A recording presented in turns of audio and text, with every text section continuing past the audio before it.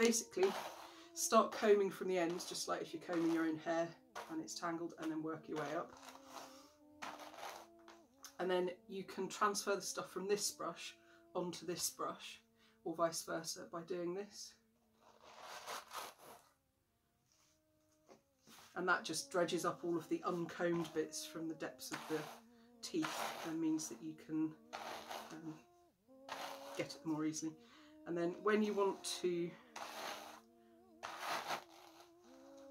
get it off the combs, go like that.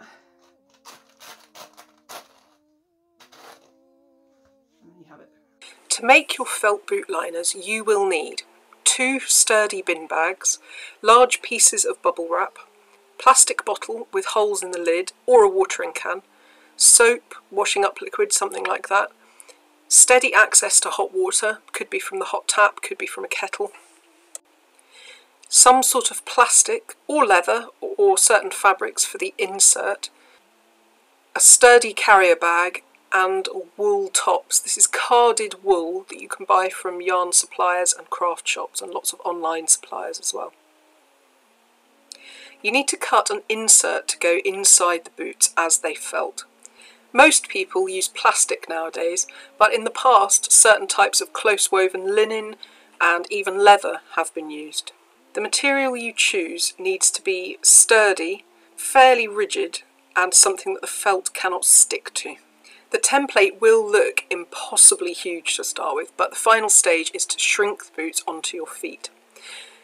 I altered the template after my first pair because I decided there wasn't enough room for my legs. I'm going to cut those up and make them into insoles. So have a look at the shape of your feet and legs and work out what shape you need to make the template. I wanted these boot liners to be really long, almost knee length, but if you're just making slippers, then the leg part doesn't need to be anywhere near as long.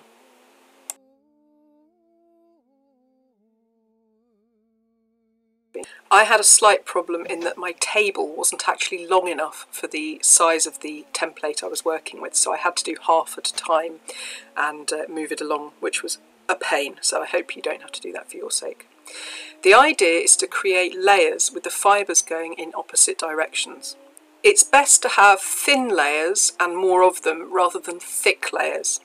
Wool top for felting usually comes in really long lengths which are a bit unwieldy, so I usually tear off a piece that's around 1 metre long and wrap it around my neck or arm to keep it out of the way. Don't let the wool top get wet. This will become more of a problem as you go on because you're going to wet each layer before laying the next, and there will be water everywhere. Once the wool top becomes damp, it will stick to itself and won't tease out into nice thin pieces.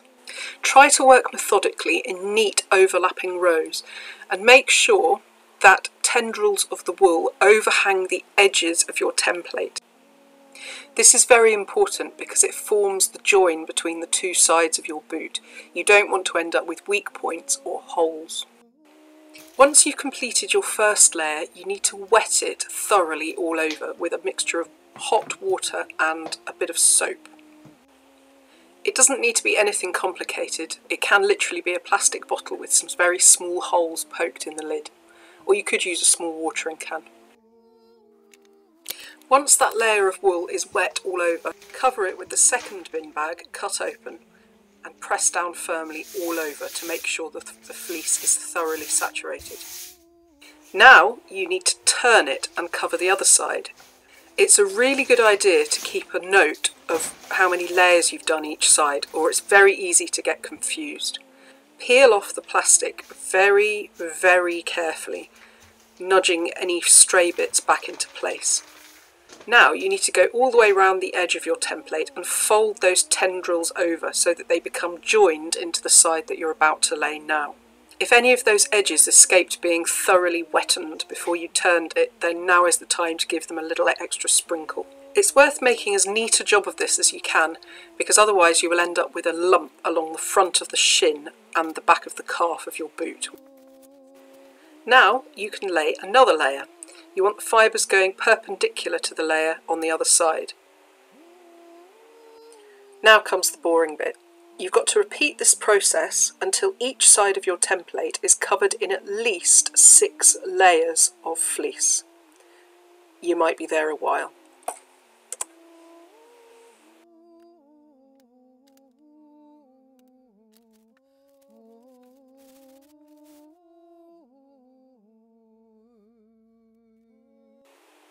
Six layers of fleece still ended up being fairly thin as boots, but I'm planning to wear 2 pairs at once, which should make them quicker to dry.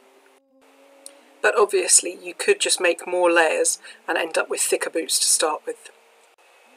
And seriously, keep a record of those layers, not just how many layers, but which direction the fibres were going in. Once you've done 5 layers on each side, the 6th layer can be where you add decoration. It's best to keep the decoration simple and add any complicated details by dry felting or needle felting after the boots are complete. I found that some of my details didn't really stick properly and I ended up taking them off.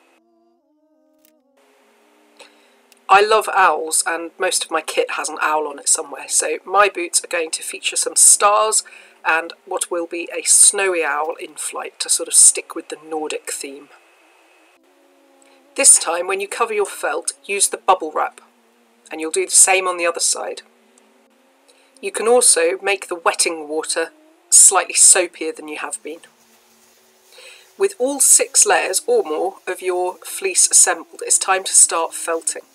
To begin with, you need to be quite careful, rubbing fairly gently and lightly in circles, just using the very tips of your fingers.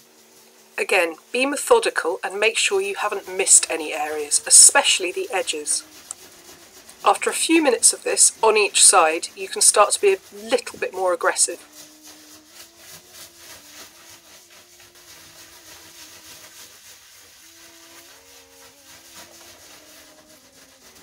It's hard to put a number on how much of this type of felting you need to do. Usually I count to sort of 200 strokes each side at least twice, but there is a little test you can do to tell you when it's ready to go on to the next stage. Some types of fleece felt much more easily than others, and the temperature also makes a difference. So if it's being incredibly slow to felt and it just feels like nothing's happening, try dousing it with a little bit more hottish to warm water. To test whether it's sufficiently felted to move on to the next stage, peel back the plastic and pinch the surface. If you can't pinch up a little tented sort of tuft of fleece, then it's pretty much there.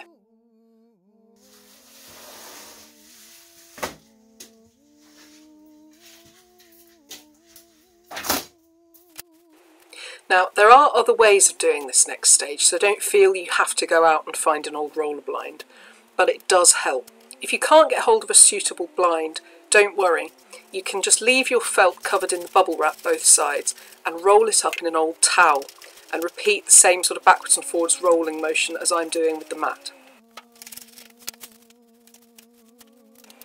It's worth re-rolling it a few times so that the bit of the boots that were on the outside of the roll is now on the middle, and that way it'll all get evenly felted, or nearly so anyway. I had to pay some special attention to the midsection of the boots where the tops of the 2-point boots join because it wasn't felting at the same rate. You can see it's wrinkled up there, which means it's not shrinking as much. I also had a small issue that some of my details didn't stick, so I'll add those back on with needle felt later. Keep going until the felt starts to wrinkle all over. This means it's shrinking around your template. It will also start to feel much more solid and dense. Now it's time for the next stage, and for this you will need your sturdy plastic bag.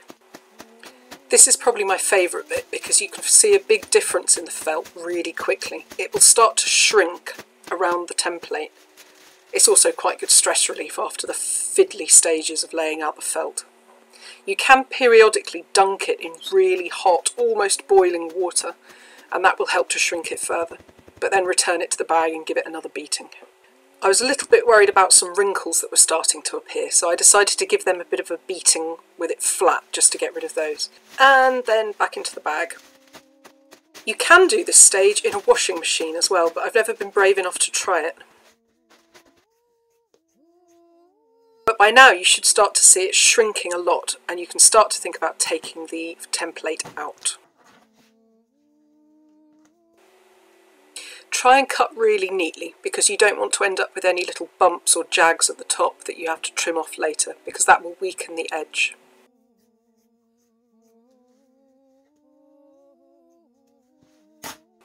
And obviously try and do it without cutting your template, because you want to be able to use it again. With your boots now separate, you can start to rub away the main seams and smooth those out. The toe and heel in particular can be problem areas. You want them to shrink evenly but not wrinkle.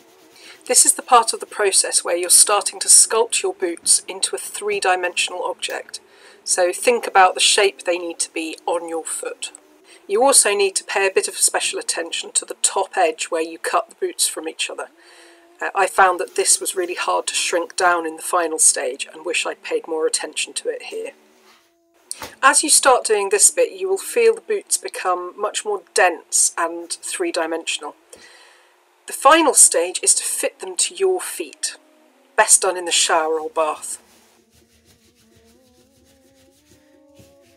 Though it is also possible to do this by putting a carrier bag over your foot, putting the boot on, putting another carrier bag over the top and putting on wellies and then just walking about. It's pretty horrible and squelchy though, and a bit unpredictable I would imagine. You can see here that I've still got some wrinkles around the toe, so I need to pay more attention to that bit and shrink those out. Because it was becoming clear that my boots would only be about 6mm thick, I decided to fit them over the pair I'd made before. But since I didn't want to stick the two pairs together, I put the first pair on, then a carrier bag, and then the second pair. It's also worth remembering that your foot is bigger than your ankle, so if you fit them too closely around your ankle, you won't be able to get them on and off easily. The final stage is trimming and decoration. We can go back into the boots with needle felting and also reinforce the top edges, add hanging loops and anything like that. So my boots are now looking much more like boots. There's still a few problem areas. At the toe here I've got a little pleat developing, and at the heel as well. One thing I didn't actually show in the felting section of this video is that I added an extra layer of a different kind of fleece, a much coarser one, into the sole of the boot, which I thought might make it stronger and add a little bit of padding, because we're going to be doing some miles on these on the expedition. I can't decide yet whether it was a good idea or not, so possibly I'll find out when I'm actually using them. Okay, so you can see they're freestanding now, nice and rigid, and inside there I've got my other pair of boots, which are quite thin as well. Altogether they add up to about 1 centimetre, which seems to be the recommended amount for Arctic use. I will be wearing socks inside these, but I'm hoping to make them out of fur. Got my owls on here, which I need to decorate. You can see how it's quite difficult to do any kind of details. These were supposed to be pine trees and a sort of setting sun, and they've got a bit lost in translation. So I may just leave them, or I may go back into those with needle felt. I'll see how I feel. To be fair, it doesn't really matter. It was just to make them individual enough that I could spot them when all 16 of us have got them drying next to the fire. So what I wanted to do is just show you a brief bit of needle felting. Now, I haven't done a huge amount of this, it's not really my thing, but I did bizarrely have to do some for a wedding dress a couple of years ago, and it's quite good fun, although stabbing yourself with a felting needle is not fun, so don't do it. Okay, so you can see here I've got its wings, its little face is going to be here, this is a leg here, and here's its tail. So I need to put some edges on it and maybe some other details. You can buy needle felting kits online fairly cheaply. I can't remember how much I paid for this. This is a multi-needle one for doing big areas. I don't know if you can see that there, but the needles are basically barbed, and when they go into the wool they sort of hook bits through, and you stab it repeatedly in the same place, and that helps to tangle all the fibres together. Obviously, because they're barbed, you don't want to stab yourselves with them, so some of the kits come with little leathery Oh, my fingers are too big. Little leathery finger guards like this. Obviously you could make something like that in seconds. We just need some scraps. You also get different sizes of needles. These ones are L-shaped. You can see there's a little kick at the top here, and that's so that I can fit them into this little handle. The bung has a little groove in the top there, and then that holds the needle in place. Like that. You'll also want potentially some different coloured felting tops. And again, you can buy little packs of odds and sods, different colours, and they're often themed, so you know, you can get like water themed ones or unicorn themed ones or nature woodland colours, all sorts of things. Now, because I'm a little bit out of practice, I'm going to start somewhere near the tip of one of the wings where it doesn't matter so much.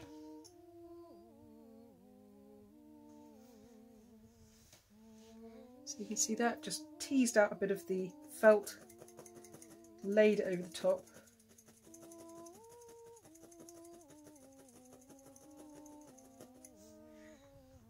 And you can see that started to fix into the felt. Already that's not coming off. So again,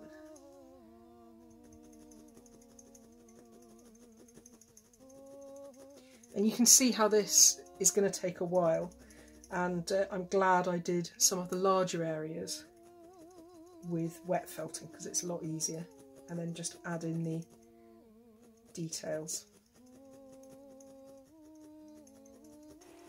I'm going to carry on with my pair, and I'll put a picture up when they're done. Good luck with yours, and I'd love to see what you get up to. Don't forget, you can go over to our YouTube channel, Prehistoric Experiences, and find other videos. And if you have any ideas for videos you'd like to see, just let me know.